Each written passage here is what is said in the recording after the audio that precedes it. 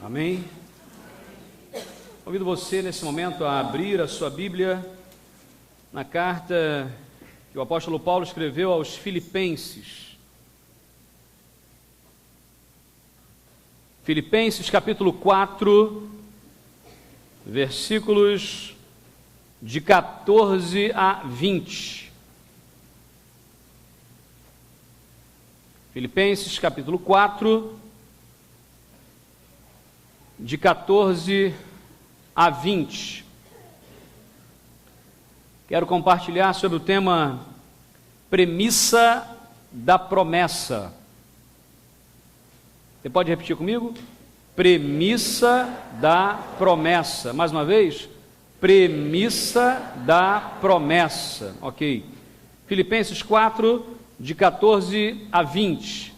Você que nos acompanha também pela internet agora ou através de uma gravação, abra também a sua Bíblia nesse instante e acompanhe a leitura da palavra de Deus. Você que está sem a Bíblia, chega mais perto de quem tem. Você que está com a Bíblia, compartilha com quem não tem, perto de você. Diz assim a palavra de Deus, Filipenses 4, de 14 a 20. Apesar disso, vocês fizeram bem em participar de minhas tribulações. Como vocês sabem, Filipenses, nos seus primeiros dias no Evangelho, quando parti da Macedônia, nenhuma igreja partilhou comigo no que se refere a dar e receber, exceto vocês. Pois estando eu em Tessalônica, vocês me mandaram ajuda, não apenas uma vez, mas duas, quando tive necessidade. Não que eu esteja procurando ofertas, mas o que pode ser creditado na conta de vocês. Recebi tudo, e o que tenho é mais que suficiente. Estou amplamente suprido, agora que recebi de Epafrodito os donativos que vocês enviaram. São oferta de aroma suave, um sacrifício aceitável e agradável a Deus. O meu Deus suprirá todas as necessidades de vocês, de acordo com as suas gloriosas riquezas em Cristo Jesus. A nosso Deus e Pai seja a glória para todos sempre. Amém. Meu Deus, que a Tua palavra, que por si só tem todo o poder e autoridade, seja agora proclamada em nossos corações, e que o Teu servo seja um mero instrumento em Tuas mãos, e que os nossos corações estejam abertos em nome de Jesus. Amém. Amém, Senhor. Quem é que não gosta de receber um presente? Se nós formos falar sobre questão de dar e receber, obviamente todo mundo gosta de ganhar um presente. O interessante é que quando uma criança recebe um presente, você de cara já sabe se ela gostou do presente ou não. A criança, ela é capaz de pegar aquele presente e falar assim: eu já tenho. Não é verdade? A criança é capaz de falar assim: não gostei não, e devolve para você: não quero não. Nós adultos somos mais hipócritas, né? Porque a gente recebe o presente, a gente não gostou, fala: olha que lindo, vou dar para quem esse negócio? Tem presentes que eu acho que fazem aniversário, porque a pessoa recebe, guarda, aí dá de presente para outra pessoa, aí guarda, dá. Levei até susto agora. Não faça mais isso, minha irmã. Passe por trás, senão a irmã me desloca aqui. Levei bem susto. Tem pessoas, por exemplo, que rodam o presente. Eu dou para o pastor Gilson, aí o pastor Gilson guarda, aí depois dá para o irmão Ricardo guarda, e dá para outra pessoa, e dá para outra pessoa. E quando a gente vê aquele presente já rodou, já fez aniversário de tanto que rodou. Agora eu já posso falar que já tem muito tempo, mas quando a gente casou, a gente ganhou, nós foram 15, tem mais até, né? Mais de 15 presentes iguais, que era aquele negócio que era tipo uma bachela assim de aço inoxidável com um pegador de macarrão. Aquele presente clássico que você não sabe o que vai dar, né? Aquela coisa e tal, você vai lá e dá. O que a gente deu de presente depois, meus irmãos, talvez um dos nossos já tenha parado na mão de alguém aqui, né? A gente não tem noção disso. Muito obrigado, me perdoa. Tá vendo só? Nós um abraço aqui. Estava cuidando do pastor, olha só que coisa. Queridos, a verdade é isso. A criança, ela é assim. Ela diz e ela não diz. Ela gostou ou ela fala o que está no coração. Na verdade, sai. É interessante a gente observar o seguinte, imagina a promessa de Deus. Deus nos dá presente. Deus nos dá presente o tempo todo. Deus nos abençoa o tempo todo e a gente ainda briga com Deus. A gente ainda briga dizendo, Senhor, não era desse jeito. Deus tem feito promessas ao seu povo desde o início. Ele chamou Abrão, quando ele formou o seu povo, e disse o que para ele? Far-lhe-ei de você uma grande nação. Fez promessa para ele. Paulo, ele escreveu essa carta aqui aos Filipenses por dois motivos básicos. Mantenha a sua Bíblia aberta, por gentileza, em Filipenses. Dois motivos básicos. Primeiro, essa é uma carta de gratidão. Paulo está agradecendo aos filipenses pelo cuidado, agradecendo aos filipenses porque eles foram cuidadosos com ele, sustentaram, mas ao mesmo tempo essa é uma carta presente para os filipenses. Já recebeu como é que se fala? Um cartão de vale presente? Você recebe, a pessoa por vezes não teve tempo, ou fica assim, bom, eu vou escolher a roupa que o outro vai usar, eu vou escolher o perfume que o outro vai usar, eu prefiro então dar um vale presente. Eu vou lá, dou um vale, está aqui, vai lá e retira o que você quiser. Paulo, essa carta aos filipenses é também uma carta, não só que ele está agradecendo, mas ele está abençoando, ele está dando de presente para eles essa carta. E talvez o presente mais belo que ele dê nessa carta é o que está no versículo 19, que diz assim, o meu Deus suprirá todas as necessidades de vocês de acordo com as suas gloriosas riquezas em Cristo Jesus. Os filipenses mandaram muitos presentes para Paulo. Paulo diz isso. Recebi donativos, recebi presentes, eu estou satisfeito, vocês me abençoaram, nas minhas necessidades vocês me ajudaram, não uma vez só, mas duas, quando ninguém mais ajudava, os filipenses ajudaram. E esse é o contexto de um amor fraterno que nós encontramos aqui na Bíblia, amor que é refletido no cuidado, porque quem ama, cuida. Não existe amor se não houver cuidado, zelo. Isso serve para todas as situações, serve, por exemplo, na questão conjugal, claro que serve. Se você ama o seu esposo, se você ama a sua esposa, você vai cuidar. Porque uma coisa que eu tenho dito é o seguinte, se você não cuidar da sua família, alguém cuida para você. Se você não cuidar do seu filho, alguém vai cuidar dele para você. Se você não cuidar da sua esposa, alguém vai cuidar dela para você. Se você não cuidar do seu esposo, alguém vai cuidar dele para você. E às vezes esse cuidado, entre aspas, que recebem de fora, não é o cuidado de Deus. Não é igual o cuidado que eu tenho para dar. Quando eu recebo um presente e eu gosto daquele presente, eu cuido daquele presente, eu zelo por aquele presente, eu limpo, eu cuido, eu coloco ele protegido, eu faço seguro dele, tudo que eu puder, porque ele é um presente querido. Necessidades, a Bíblia fala necessidades, vocês serão supridos em todas as vossas necessidades. E a grande pergunta é, quem é que não tem necessidades? Todos nós temos necessidades, e Deus, será que nós cremos nisso? Que Deus pode de fato suprir todas as nossas necessidades? Porque o que faz a gente ficar ansioso na vida é o quê?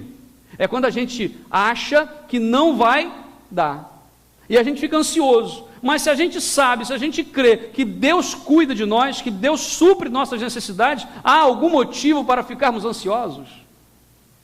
Mas a gente fica.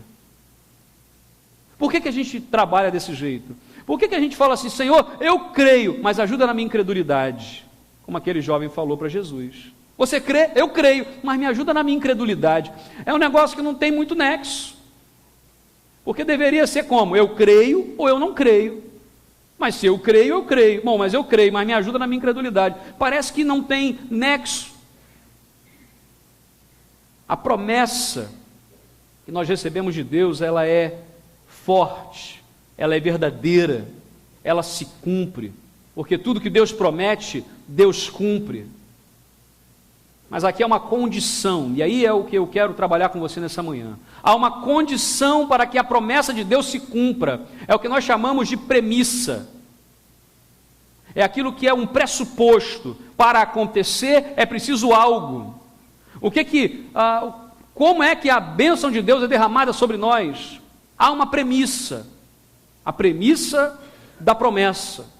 Paulo, ele está dizendo aos filipenses aqui, porque eles fizeram sacrifícios, eles deram, e os filipenses não eram abastados financeiramente, eles tinham dificuldades, passavam por apertos, mas eles supriram a necessidade do apóstolo. Eu quero dizer que a bênção de Deus está sobre o povo de Deus. Em primeiro lugar, a bênção de Deus segue uma premissa. Versículos de 14 a 18, eu vou ler apenas umas partes, diz assim: vocês fizeram bem em participar de minhas tribulações.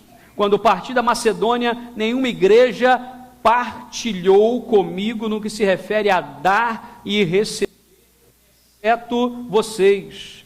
Não apenas uma vez, mas duas, quando tive necessidade. Estou amplamente suprido agora que recebi de Epafrodito os donativos que vocês enviaram. A palavra forte aqui é participar, partilhar, dar e receber. Paulo repete isso. Ninguém trabalhou comigo no partilhar, no compartilhar, no participar, no dar e receber, não apenas uma, mas duas vezes. Estou amplamente suprido. Isso é muito forte aqui. A premissa da promessa é que temos que ser bondosos para com os outros. A premissa da promessa é de não sermos egoístas com aquilo que Deus nos dá. Deus, ele não é obrigado a satisfazer os seus desejos, meu irmão. Há uma pregação meio torta, distorcida, sendo anunciada por aí, na televisão, no rádio, em muitas igrejas, dizendo que Deus é obrigado não, se você for fiel, Deus vai fazer. Deus não vai, Deus não é obrigado a fazer. A gente tem que entender que Ele é o Senhor, e eu sou servo. O grande problema é que tem gente colocando Deus na parede e fala: Senhor, vai me abençoar. A gente entende mal aquele texto de Jacó, quando Jacó se agarra lá no homem que lutava com ele, e diz assim: não te deixarei até me dar minha bênção. Só que o texto lá não estava dizendo isso não. Eu vou pregar nesse texto daqui a alguns dias. O texto lá não estava dizendo isso não. Muito menos Deus tem a obrigação de suprir minhas necessidades. Ele faz as promessas, e Ele cumpre as promessas que Ele faz. A Bíblia fala lá em Jó 42, o que? Nenhum dos seus planos pode ser frustrado. Nenhum dos planos de Deus. Sabe qual é o grande problema? É que a gente pega uma folha e preenche, faz todo o projeto, e no final fala assim: Deus, assina. E aí, quando Deus não assina, ou quando você acha que Deus assinou e não é cumprido lá o contrato, você fica bravo com Deus, e você briga com Deus, e você se afasta de Deus. Ao contrário disso, deveríamos fazer o quê? Pega uma folha em branco, assina, e deixa Deus fazer o projeto. Essa é a atitude do servo. O problema é que a gente quer chegar para Deus com tudo pronto. Senhor, está aqui, ó, é assim que o Senhor tem que fazer. No entanto, Deus está dizendo: eu quero fazer na vida de vocês. Senhor, dá um rei para a gente. Por quê? Porque todo mundo tem rei. E Deus diz: não, eu vou ser o rei de vocês, eu quero estar com vocês. Não, Senhor, a gente quer rei porque todo mundo tem rei, a gente quer rei, mas olha, se eu der rei para vocês, vai ter isso, vai ter isso, vai ter aquilo, deixa eu cuidar de vocês. Não, a gente quer ter rei, então toma o rei. Depois reclama do rei. A gente é meio assim, a gente é meio esquisito às vezes. A gente pede a Deus, a gente insiste com Deus em algumas coisas que Deus está dizendo para a gente que é não. Porque tem oração que Deus responde assim, ó, sim, imediato. Tem oração que Deus responde assim, não. E a gente não aceita. Tem oração que fala espere, aí você espera, às vezes 10 minutos, às vezes 10 anos, às vezes a vida inteira. Mas é o tempo de Deus. Muitas vezes nós temos impedido que a bênção de Deus venha sobre nós. Muitas vezes os maiores bloqueios da bênção de Deus sobre nossas vidas somos nós mesmos. Nós mesmos. Os filipenses, eles tinham sérios problemas financeiros, mas investiram no ministério do apóstolo Paulo. Eles passavam por momentos difíceis, mas tiveram uma visão espiritual.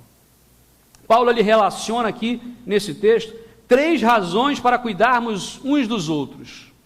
Ele vai falar, primeiro, e ele vai dizer ali, dar coragem, versículo 14, 15, 16, coragem. Quando a gente ajuda alguém, não pode ser apenas pela beneficência, porque tem gente que acha que a igreja deve fazer beneficência no sentido de apenas dar.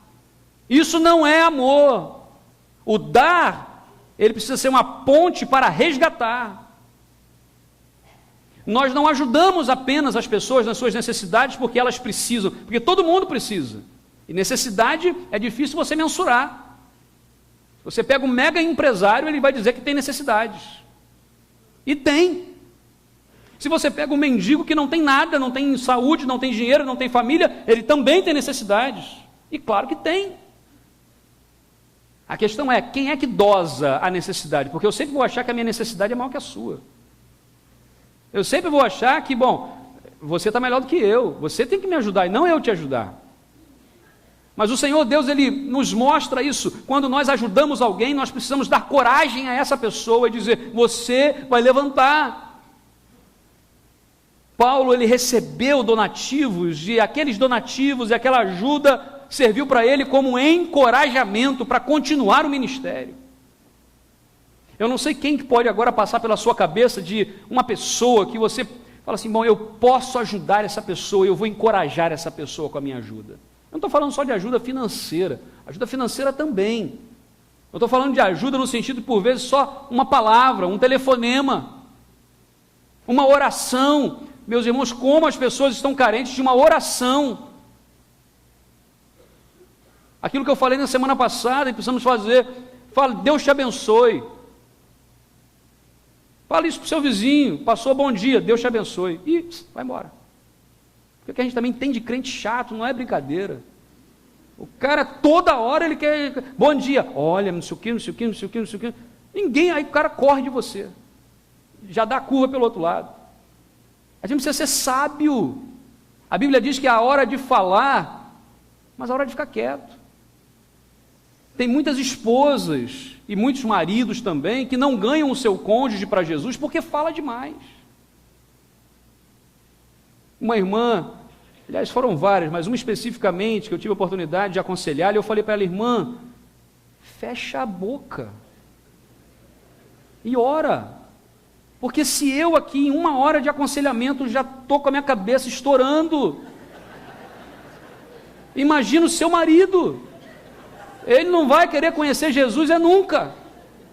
Isso é sério, gente, porque a pessoa, eu falei, irmã, fecha a boca, fizemos um exercício com ela, o marido dela se converteu, porque não é pelo muito falar, e a gente sabe que os homens têm um problema de fala, né? As mulheres precisam entender isso, né? Tem um livro chamado O Silêncio de Adão, um livro excelente de Larry Crabb. Se você não leu, homens, né, leiam esse livro. Tem outro livro chamado Homens, Além do Futebol e do Churrasco, muito interessante também. Precisamos resgatar a masculinidade dos nossos homens, porque se tem aumentado de uma forma tão absurda o número de homossexuais, é porque falta exemplos de masculinidade. Não estou falando de machista, de masculinidade. Isso é um outro sermão. A outra questão que ele fala, além de dar coragem, é investir no futuro. Ele vai dizer, olha, eles investiram em mim, eles me mandaram donativos. A palavra que vai aparecer aqui, o termo que aparece lá no original, no grego, é um termo bancário. Quem trabalha em banco aqui? Levanta a mão assim, só para eu saber. Algumas pessoas. Cadê? Eu sei que algumas pessoas trabalham em banco. Cadê? Já trabalharam, não? O pessoal está escondendo o jogo. Vou pedir empréstimo não, fica tranquilo. O termo que é usado aqui é um termo bancário da época, dizendo o seguinte: vocês investiram na minha vida, depositaram. Por quê? Porque uma vida não tem preço. Qual o preço de uma vida? Uma vida não tem preço.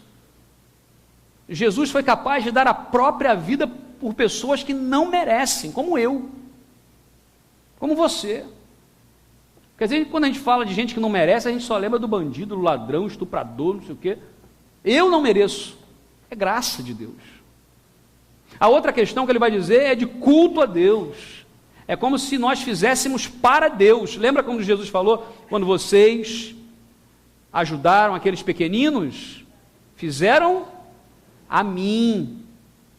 Quando a gente ajuda alguém, a gente está fazendo para Deus. E isso a Bíblia nos diz que é premissa de promessa.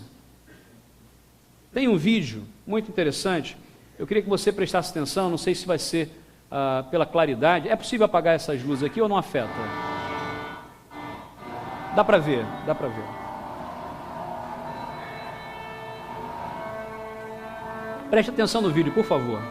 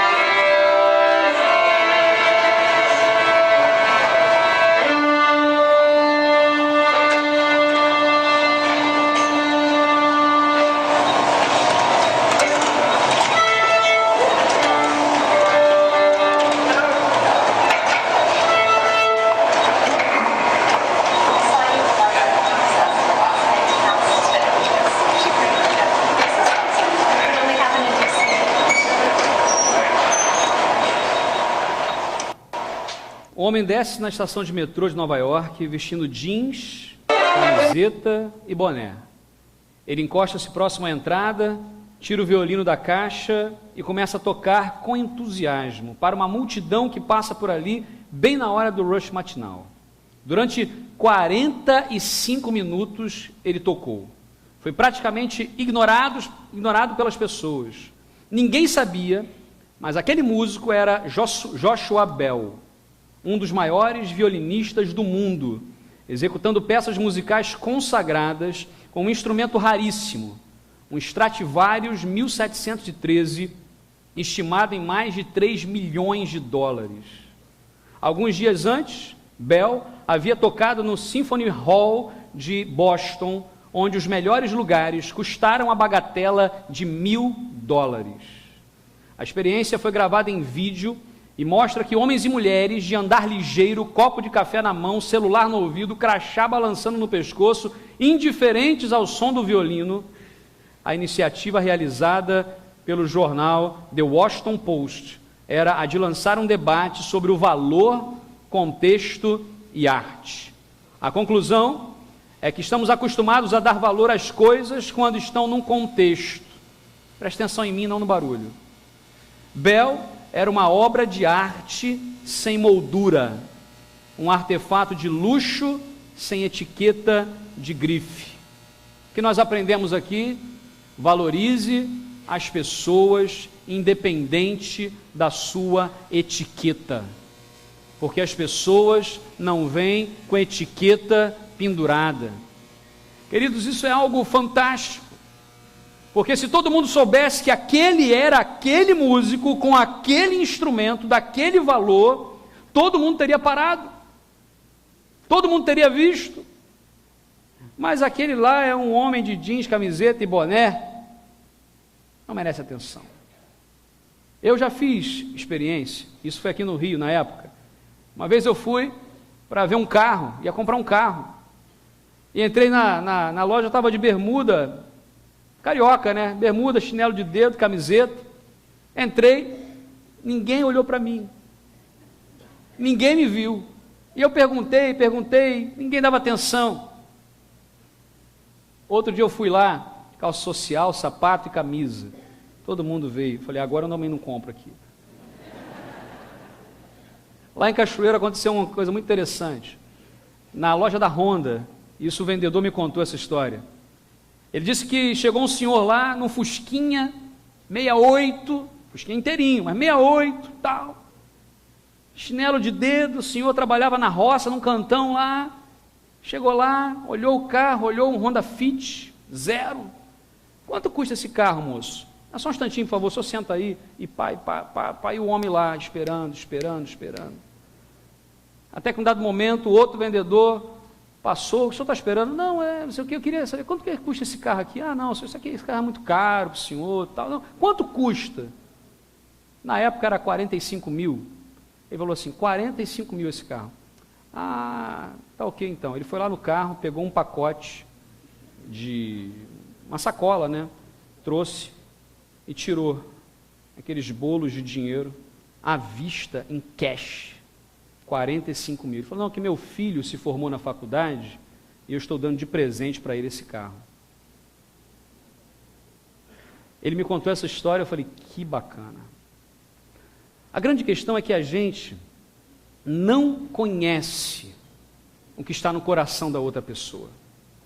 A gente acha que sabe pelo que a pessoa fala, se veste, mas muita gente boa está sendo enganada.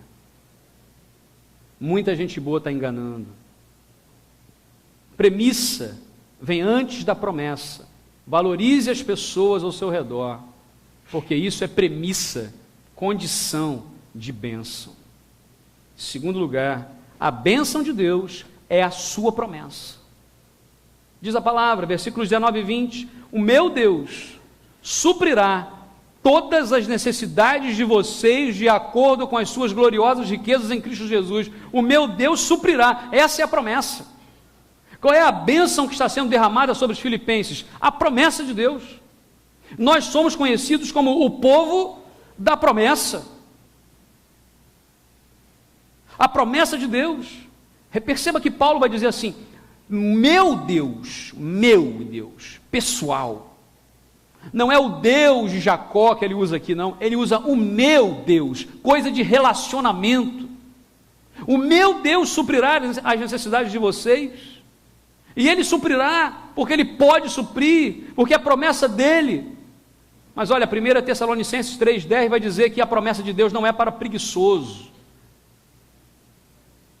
Não inclui futilidades.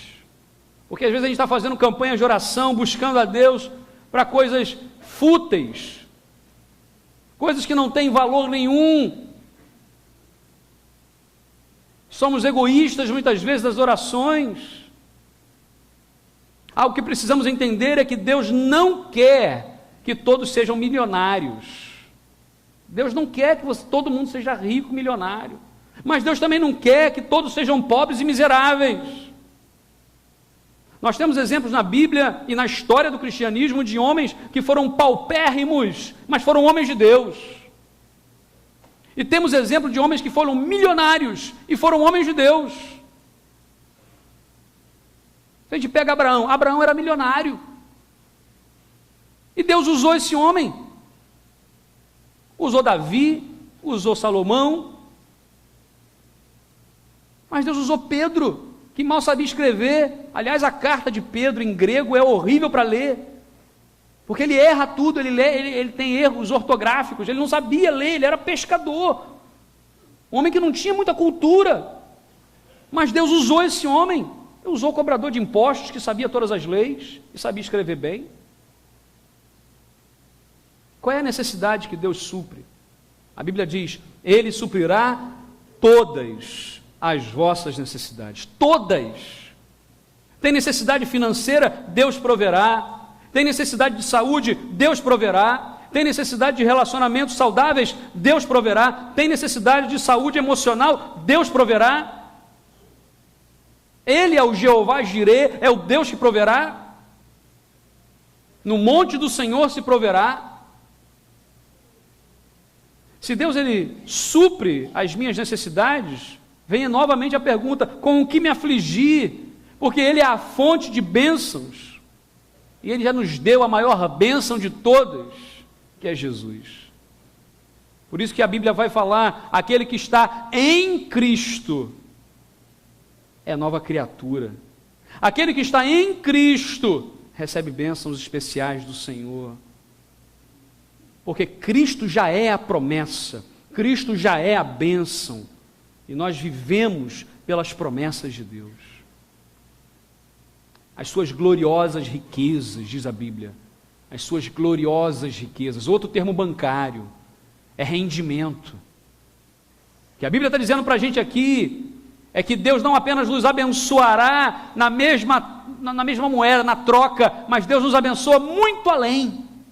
Com juros, correção monetária, tudo que você possa imaginar, Deus está derramando. A Bíblia vai dizer, nós recebemos do Senhor, nós somos muito mais abençoados, muito mais. A gente pede e recebe muito além do que pedimos, ou imaginamos, ou pensamos. A promessa de Deus, ela sempre se cumpre, e não há limites, basta crer, e Deus suprirá. Premissa da promessa. Qual é a premissa? Não sejamos egoístas, não julguemos pela capa, vamos olhar o coração, vamos nos despir da hipocrisia humana, porque a gente é forjado para isso, para que a promessa de Deus venha sobre nossas vidas. E o que eu sempre digo é, quando Deus abençoa você, tem que respingar bênção para todo lado. As pessoas ao seu redor têm que ser abençoados. Versículo 14 vai terminar, aí vai começar dizendo, apesar disso, pois podemos tudo em Deus. Filipenses 4,13, muito conhecido, como diz? Mais uma vez, posso. Aí ele vai dizer, apesar disso, foi muito bom vocês terem me ajudado, caminhado comigo e orado. A gente consegue viver sozinho? Até consegue, porque eu posso todas as coisas naquele que me fortalece. Mas não é muito melhor, não somos muito mais abençoados quando fazemos isso com a igreja? Lembre-se da promessa de Deus, lembre-se da premissa da promessa. Cuide das pessoas ao seu redor, receba o cuidado e a provisão de Deus como promessa sobre a sua vida. Hoje, nós podemos ter essa paz e podemos entregar completamente nossas vidas aos cuidados do Senhor. Feche seus olhos nesse momento. Coloque a sua vida diante do Senhor.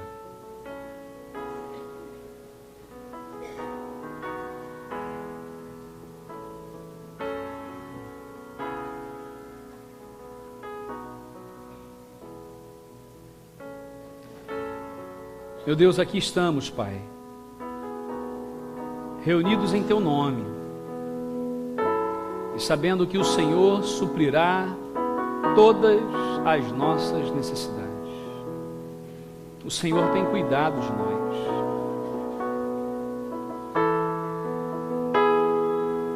A Tua igreja está em oração, Pai. E nesse momento, quero perguntar se há alguém aqui nesta manhã que ainda não entregou a sua vida a Jesus, mas que quer receber essa promessa de Deus na sua vida, entregando completamente a sua vida a Jesus, dizendo: Jesus é o Senhor e o Salvador da minha vida. Alguém quer entregar a sua vida a Jesus hoje? Levanta a sua mão onde você está. Eu quero orar por você. Eu quero orar pela sua vida. Há alguém aqui hoje que entende que pode ser bênção muito além do que já é, do que tem sido, mas que pode ainda ser bênção na vida de muitas pessoas. Não apenas interessado em receber de Deus as bênçãos e as promessas, mas de se tornar o veículo da bênção, de se tornar a própria bênção de Deus. Fica em pé no seu lugar, aonde você está. Você que é membro da igreja, você que está nos visitando, você que está aqui hoje, e a palavra de Deus encontrou lugar no seu coração, e você diz assim: ah, pastor, eu tenho sido bênção, mas muito aquém, eu posso melhorar, eu posso ter mais, eu posso abençoar muitas outras vidas. Talvez com o seu recurso financeiro, talvez com o seu tempo, talvez com as suas orações. Deus, Ele está falando ao seu coração. Coloque-se em pé agora e diga: eu aceito o desafio, a premissa da promessa, ser bênção na vida de outras pessoas, independente se ela está num teatro luxuoso, tocando um instrumento de 3 milhões de dólares, ou se ela está numa estação de metrô, usando jeans e boné. Eu vou valorizar as pessoas do mesmo jeito. Somos igreja, povo de Deus, povo da promessa, povo da promessa.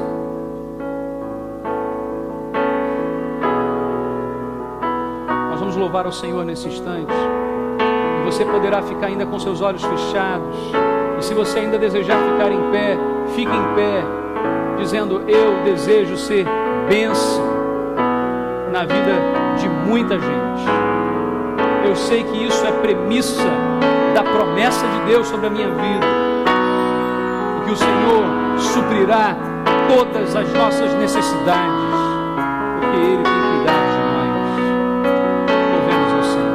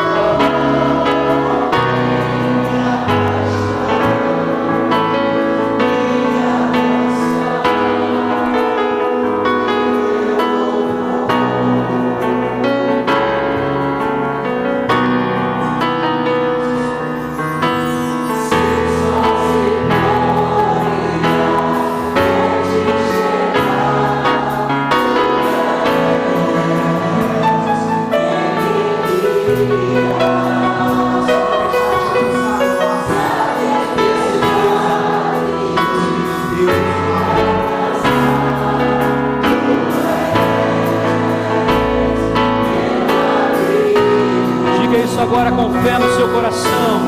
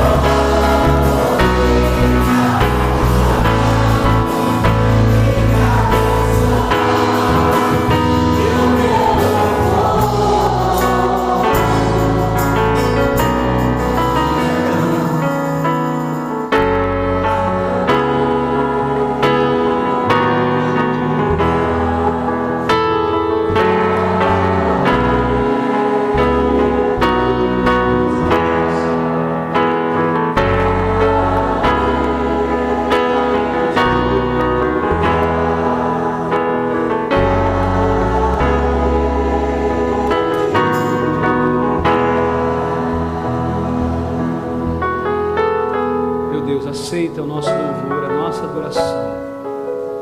Aleluia. Louvado seja o Senhor.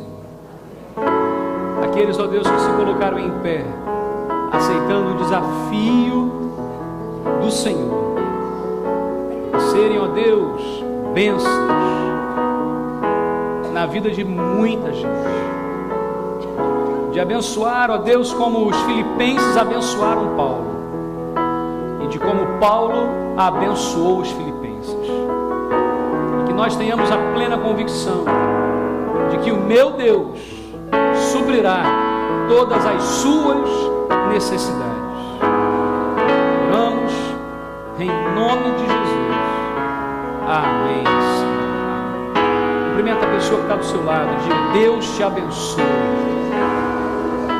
Deus te abençoe. Deus abençoe.